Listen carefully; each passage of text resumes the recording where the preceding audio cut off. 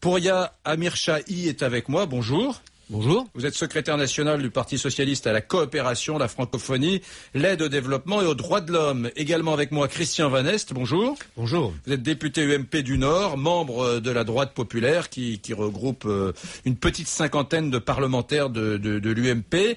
Demain, Claude Goasguen, député UMP lui aussi et rapporteur de la mission d'information parlementaire sur le droit de la nationalité, doit rendre son rapport sur ce sujet de la binationalité. Alors, vraiment, d'abord, est-ce qu'il est vrai, Pouria, commençons, est-ce qu'il est vrai qu'il y a 4 ou 5 millions de binationaux en France? Il n'y a pas de statistiques, hein, c'est vraiment là, au pif. Hein. On en parlait juste avant avec Monsieur Vanès, il y a une difficulté à fixer précisément un chiffre, donc on ne sait pas, on va dire que c'est plusieurs millions, on dit entre 4, 5 millions et 8 millions, mais à la limite, peu importe, ou plus exactement, si on s'aperçoit qu'il y en a autant, je ne vois pas comment on rayerait d'un trait de plume autant de nos concitoyens qui contribuent, quoi qu'il en soit, et quelles que soient leurs multiples appartenances, à la vie du pays, à sa vie économique, à sa vie sociale, à sa vie culturelle, et qui sont, quelles que soient leurs origines par ailleurs, français, comme les autres. Là-dessus, on est d'accord. Ils sont français. N'empêche que Christian Van Est, vous êtes comme moi, vous êtes un peu gêné aux entournures par, non pas par eux, parce qu'on n'est pas là pour dire ce sont des citoyens de seconde zone, pas du tout. Mais on est en train de se dire, est-ce que ce truc, il y a une espèce d'inflation, demain il y en aura 10 millions, 15 millions, 20 millions, ça pose un problème. Soyons clairs, il ne s'agit pas du tout de les rayer d'un trait de plume. Ces personnes sont pour la plupart en France, d'autres ne le sont pas, mais les personnes qui sont en France, tout en perdant leur nationalité française, tout en perdant leur autre nationalité, pourraient rester en France sans aucun problème. Vous souhaiteriez, c'est qu'elles choisissent, c'est que ces personnes choisissent. Absolument. Vous savez, le problème est très simple. Les conclusions que mon collègue Goasguen va bientôt rendre, effectivement, vont reposer sur un principe essentiel. C'est celui que la nationalité doit dépendre essentiellement de la volonté, qu'elle ne doit pas être acquise de façon automatique, d'où une interrogation sur les droits du sol, et que deuxièmement, lorsqu'on choisit, il faut aussi choisir les conséquences de son choix, c'est-à-dire être pleinement engagé dans une vie nationale, ce qui n'est pas possible pour quelqu'un qui a 1, 2, 3 nationalités supplémentaires, ça arrive.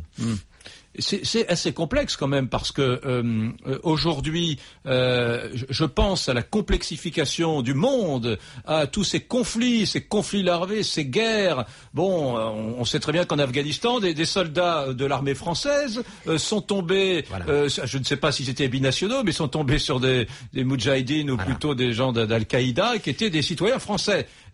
Donc c'est incongruité terrible. Alors le meilleur défenseur de l'abandon de la double nationalité, c'est Ramayad. Vous savez que Ramayad, en fait, a 2 nationalités. Une nationalité sénégalaise, une nationalité française. Et elle-même a dit que lorsqu'elle avait acquis la nationalité française, elle avait cru trahir ses racines. Et qu'elle s'était dit à ce moment-là, eh bien, dans le fond, s'il y avait une guerre entre le Sénégal et la France, je choisirais le Sénégal. Je veux dire, quand j'ai lu ça avec mon ami Jacques Mier, qui a eu la même réaction que moi, je me suis dit quand même, voilà quelqu'un qui est ministre et qui, dans le fond, n'est pas véritablement, intrinsèquement citoyen français. Ça pose un véritable problème. J'espère qu'elle a changé d'avis sur la question des rapports entre le Sénégal et la France. Mais quand même, je pense que l'on doit demander à un citoyen français, quelqu'un qui participe à la vie politique française, d'être pleinement français, de ne pas l'être à 50% ou peut-être à moins d'ailleurs. Bon, alors, quels sont les avantages dont disposent ces binationaux? Vous êtes vous-même, Pouria Amirchahi, vous êtes vous-même binational puisque vous êtes d'origine iranienne. De fait, moi je suis né en Iran, j'ai été naturalisé français, j'en suis fier. C'était un choix, c'était une démarche volontaire et comme beaucoup d'autres, il se trouve que vous savez les droits, les législations sur les nationalités sont très différentes d'un pays à l'autre. Certains, c'est le cas de l'Iran, ne reconnaissent pas d'autres nationalités que la vôtre. Dans d'autres pays, c'est le droit du sang, dans d'autres pays, c'est le droit du sol, etc.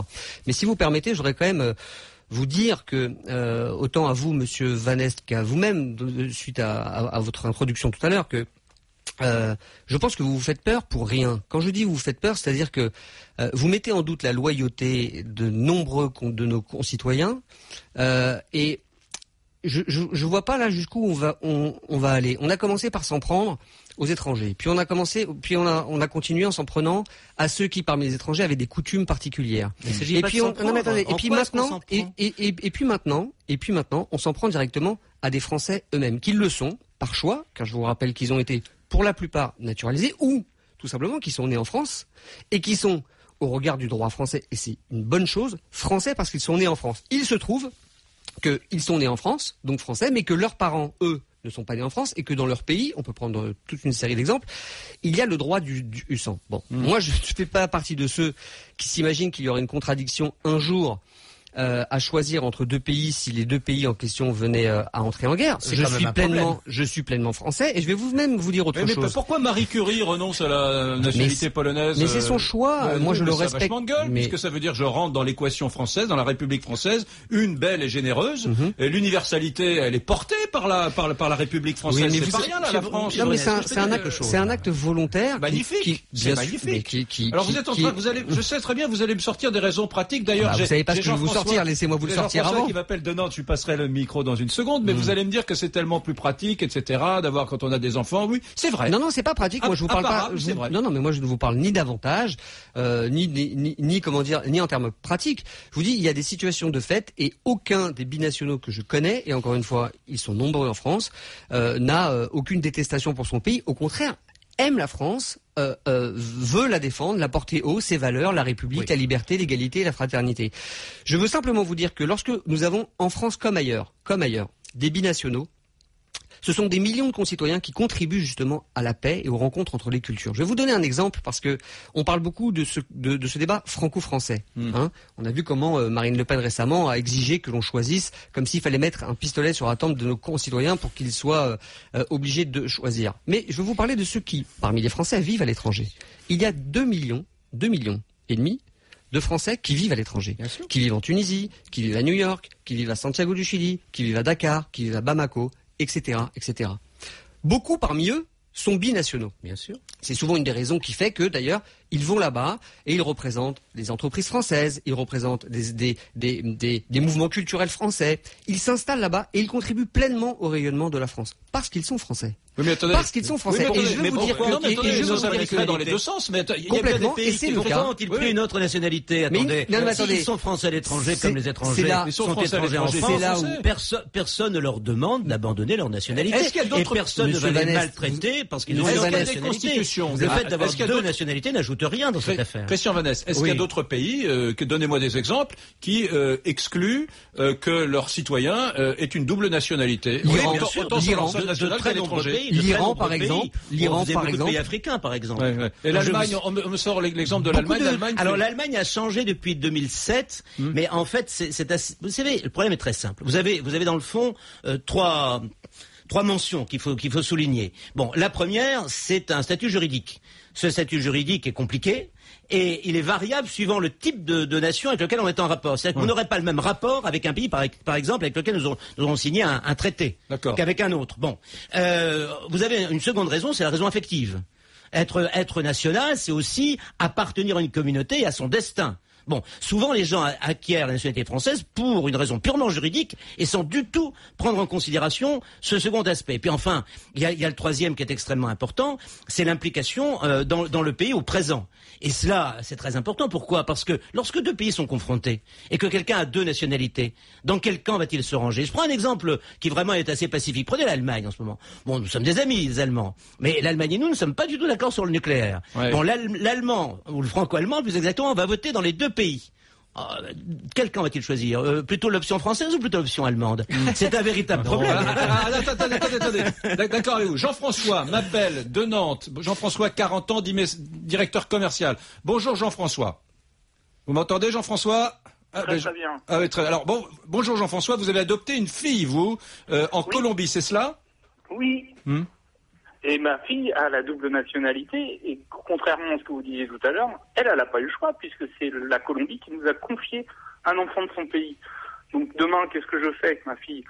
Si elle va pas choisir elle va pas choisir la française ou la colombienne, je veux dire, et puis c'est une richesse d'avoir une double nationalité, c'est une richesse pour le pays, c'est du multiculturel. On est dans un pays de mondialisation. Non, la richesse, c'est sa culture et son passé de colombienne. Mais en quoi d'avoir les papiers qui lui donnent des droits en Colombie et en France serait-elle une richesse Parce que parce qu'on a fait une adoption plénière et selon la loi française, elle a la nationalité française. Et dans l'accord d'adoption entre les deux pays, la France et la Colombie demande à ce qu'il garde la nationalité colombienne. Entendu. Donc vous, Jean-François, de toute façon, vous n'avez pas le choix. Vous n'avez pas le choix, bien sûr. Mais vous savez que c'est le cas de beaucoup, si je peux me permettre, Jean-François, d'aller dans votre sens. C'est que là, vous êtes dans un cas très particulier, mais beaucoup de nos compatriotes sont français parce qu'ils sont nés sur le sol français, qu'ils ont tout simplement, parce qu'ils n'ont pas le choix, d'autres nationalités. Et quant aux autres qui font le choix volontaire de garder une double nationalité, franchement, où est la panique ? Où est le problème ? Moi, je peux où est le problème de loyauté par rapport la panique, elle est évidente. La panique, elle est évidente quand vous êtes dans un stade et que vous avez des jeunes dont beaucoup ont une carte d'identité française et qui manifestement font le choix d'un autre pays qui prouve que leur adhésion affective n'est pas du tout envers la France. Ils ont la carte d'identité, c'est pour leurs droits. Leur adhésion affective, elle est envers un autre pays. Je trouve que ça n'est pas honnête vis-à-vis de la France et qu'il faut donc y mettre un terme. En revanche, quant à ceux qui ont une autre nationalité parce qu'ils s'y sont obligés, notamment, on vient de citer le cas de la Colombie. Je le comprends bien. Je pense qu'on peut arriver à une solution qui est assez simple, et c'est celle que Goasguen va proposer. C'est de dire qu'il faut distinguer la nationalité de la citoyenneté. C'est-à-dire faire en sorte que l'étranger qui prend la nationalité française s'engage à ne pas participer à la vie politique de l'autre pays. C'est ce que font la plupart des étrangers. Vous savez, mon épouse, moi, elle est italienne. Elle est donc binationale. Comme Carla Bruni. Exactement. Oui, j'ai un point commun que j'ai souligné auprès du président de la République, ça l'a pas touché malheureusement. Mais bon, donc elle pourrait voter en Italie. Elle ne le fait jamais. Et c'est tout à fait volontaire. Elle dit, moi, je suis citoyenne française. Mais culturellement, bien évidemment, je suis italienne. Et par là même, j'apporte une richesse à la France. Et là, moi, je suis complètement d'accord. Juste un truc. Oui.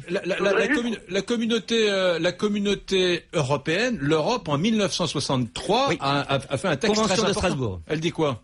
La Convention de Strasbourg dit la multinationalité, donc la binationalité, présente des obstacles. C'est une gêne dans les rapports entre les pays, dans les rapports entre les pays et leurs citoyens ou leurs résidents. Et par là même, il faut tendre à éliminer la binationalité. On n'y est pas parvenu. On est même, en raison de la complexité de la situation personnelle des gens, en train de reculer. Voilà. Et vous savez, cela dit, oui. Je vais prêcher pour vous, pour Amir Chahi, excusez-moi. Je vais prêcher pour vous. C'est que l'époque actuelle tourne plutôt le dos à ce que nous disons aujourd'hui, Van Est et moi-même d'ailleurs, qui militons pour la suppression ou l'aménagement de cette binationalité. Beaucoup de pays la pratiquent. Oui. De plus en plus. Alors ça, je ne saurais pas vous répondre. Et je pense que les travaux conduits par Monsieur Goasguen, je ne partage pas ses conclusions, mais auront au moins le mérite de l'objectivité pour voir exactement, recenser quels sont les éléments. En revanche, je voudrais soulever, sans aucune polémique, Monsieur Van Est, mais je voudrais quand même soulever une contradiction. Vous avez dit tout à l'heure, parce que j'ai lu certaines de vos prises de position. Je crois savoir que les propos de M. Guéant ne vous choquent pas sur l'immigration, sur le fait qu'on en ait trop, y compris de l'immigration légale. Et vous proposez tout à l'heure qu'il faut que les gens choisissent. Et après tout, s'ils choisissaient de ne plus rester français, encore une fois, c'est pas du tout ma proposition. Je pense qu'ils sont français et qu'ils doivent le rester. Dans ce cas, ils resteraient en France. Donc vous proposez vous-même de créer une situation où juridiquement il y aurait plus d'étrangers en France. Je trouve que c'est quand même assez, ça manque pas de sel. Et puis je voudrais rajouter. Non, mais on est 15 millions de nationaux. On veut dire qu'ils choisiraient la France. Si, parce qu'à partir du moment où vous dites, il y en a un simple. Monsieur Gauger vit en France. Il y en a un simple. Il ne pose pas de problème. Je ne sais pas pourquoi on le chasserait. Si, il y en a un pour la simple et bonne raison que beaucoup de vos amis préconisent que même lorsqu'ils vivent normalement en France, il y en a trop. Donc c'est quand même un petit souci. Mais je voudrais quand même soulever un autre. C'est pas du tout ce qu'on dit. Ce qu'on dit simplement, c'est qu'effectivement, l'immigration doit être liée à un véritable besoin de part et d'autre. Je conçois très bien que par exemple un Nord-Africain ait besoin de travail et qu'il vienne le chercher en France, mais à condition que la France puisse lui offrir. Alors, bien sûr, mais c'est aussi simple que ça. Oui, mais il y a un point sur lequel je vais peut-être vous surprendre parce que je voudrais quand même partir encore une fois sans polémique. Vous avez évoqué un vrai sujet tout à l'heure. Vous avez évoqué la question de nombreux jeunes issus d'immigration, en général de l'Afrique du Nord et de l'Algérie aussi, mais par identification. On peut en parler librement parce que c'est un vrai sujet qui encore une fois ne mériterait pas une crispation ou une mise à l'index. Ce sont des jeunes Français nés en France, dont les parents souvent sont français et souvent les grands-parents. On en est la 3e génération.